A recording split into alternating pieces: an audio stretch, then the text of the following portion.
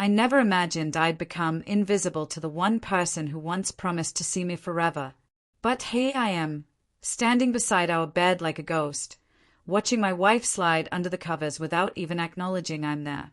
Not tonight, she murmured. That was the 5th time this week. 15th this month. She didn't wait for my response, just clicked off the lamp and turned her back to me. A back I hadn't touched in what felt like a lifetime.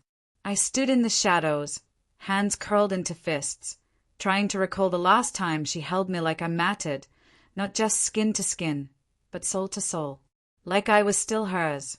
Like she still wanted me. Good night, Em, I whispered. She didn't reply. I didn't slam the door. Didn't shout. I just left the room.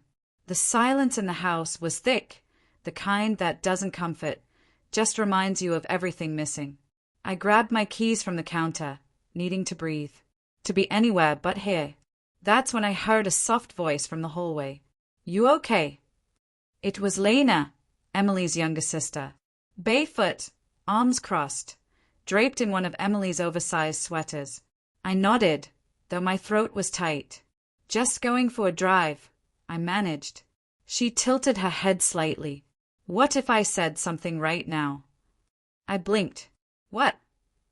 She stepped closer, her voice low, steady. What if I said, I see you? Not flirtatious, not inappropriate, but it landed like a punch to the ribs. Because those words, I hadn't heard anything close to them in months. I should have laughed it off. I didn't. I just stood there, staring into eyes that didn't avoid mine. Eyes that weren't glued to a screen. Eyes that didn't sigh when I asked for attention. I'm not trying to make things messy, she added. I just know what it feels like to be overlooked.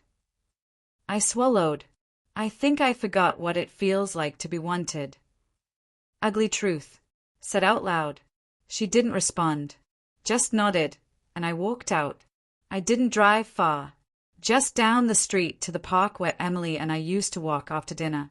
Back when her hand would find mine without me having to reach first. Back when silence meant peace, not pain. I sat in the car for a long time, staring at the empty sidewalk, hearing Lena's words on repeat. What if I said, I see you? When I got back, Emily was asleep. She hadn't noticed I'd gone, but Lena was in the kitchen, quietly making tea. She didn't speak, just poured a second mug and slid it across the table toward me. We sat, wordless, until she finally asked, was it always like this? No, I said. It used to be connection, laughter, intimacy. Now it's just existing. She nodded. That's not love. That's slow erosion. I stayed into my mug. I don't think she hates me. I just think she forgot how to love me. Lena's voice was a whisper. Then maybe she only ever loved the version of you she needed, not the real you. I wanted to argue. I couldn't. The next morning was the same routine. Emily moved around the kitchen like I wasn't there. Not cruel. Just indifferent. You working late? I asked. Probably, she said, already reaching for her purse. No glance. No question about my night.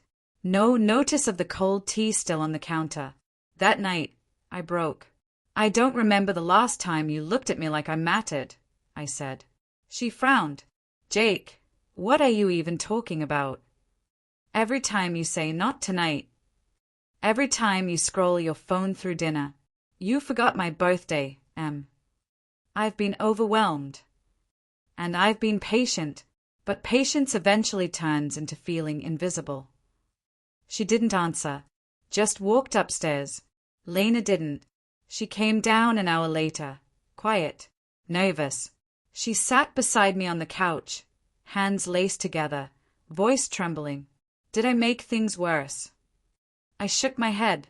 No. You reminded me something was already broken.